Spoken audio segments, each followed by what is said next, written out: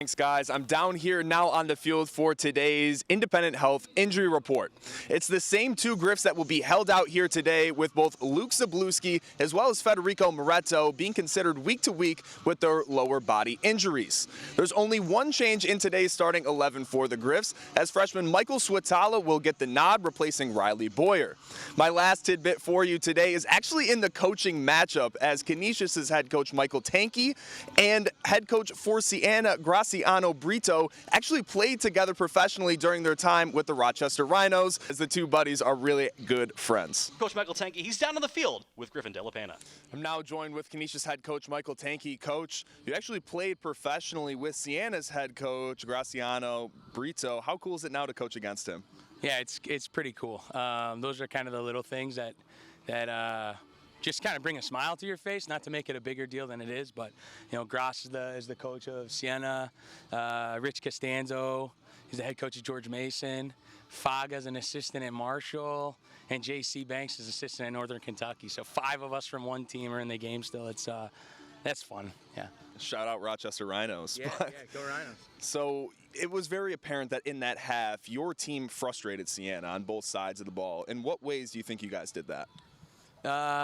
Just effort. I think, it's a lot of running. They probably connected more passes than we did, and we probably ran more than they did, and that's frustrating. We've been on the other side of that sometimes this season, so just a lot of running.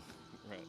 And you talked yesterday with me about you guys are playing your best when you mix that aggressive and hustle side of play, but also with the finesse game. So would you categorize that first half into that discussion when you're playing your best? Yeah, for sure.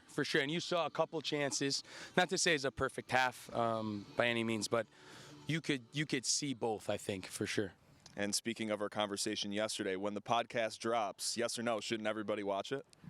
The only thing I kept thinking of was Between Two Ferns with Zach Galifianakis. That's all I could think of that whole time. So, sure, you got to watch the podcast.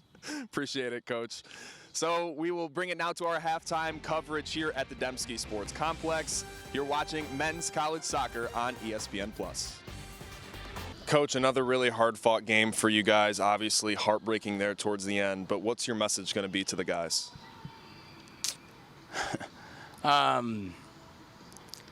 I haven't talked to them yet. I'll probably tell them. I'm workshopping this with you. Don't let the narrative be that we gave up the win at the end. We gave up the lead once, but we came back from down twice. So it's hard to think that way, but it's recency bias to be upset with not winning when we were down twice in the match and came back. So. Yeah, that's what I'm thinking about saying. How'd that go? I think that was pretty good. Okay. In general, you only had 3 subs come off the bench today. 2 of them ended up scoring right after Iona took the lead. How big is that for you to know you have guys on the bench that can come in and make impact plays? Yeah, it's all coaching, really. It's all me. No, Josh Miller was kind of recruited and played most of the season as a left back. We thought, okay, maybe he can play as an 11, and he scores a goal. First game playing as an 11, so that's something to think about. Who's the other one? Julius with the yeah, just how we had it drawn up, I think, off the post and then to him. So. In general, you said it's changing the mindset of trying to take the positive out of this. In terms of now how you look towards the rest of the season, how difficult is that for a coach to, again, rally the guys and try to get that mindset? It's hard, but that's what we do. So that's what I'm supposed to be doing, is leading and setting the example, for myself, and how to keep working and keep your head down. Coach, there in the second half, you subbed in 7 of your seniors. What went into that decision to get them in the game? Yeah, I think it was a no-brainer. Either we started them or ended with them. I don't know which one's better or worse, but we elected to end with them, no matter what the score was going to be, and that way they get to play the final minutes on the Dembski.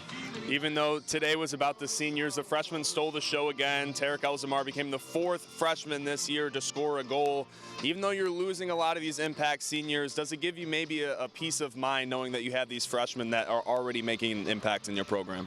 Yeah, sure. I mean, the penalty's a penalty, but Eli earned the penalty, and Eli's another newcomer. So, it's not about any group though. We're all one program and just trying to get better. And this kind of wrapped up your home slate here this season. If you look at the season as a whole and we flash back to August 28th against Duquesne, how much have you guys grown in that game in comparison to here today? Yeah, I mean, you just got to watch the 2 games. If you sit down and watch the 2 games, it's pretty obvious. Like I said, we keep score in sports, so that part stinks a little bit right now. But just in terms of performances, it's better, and we know that results follow performances and not the other way around. So we'll get there. Appreciate the time, Coach.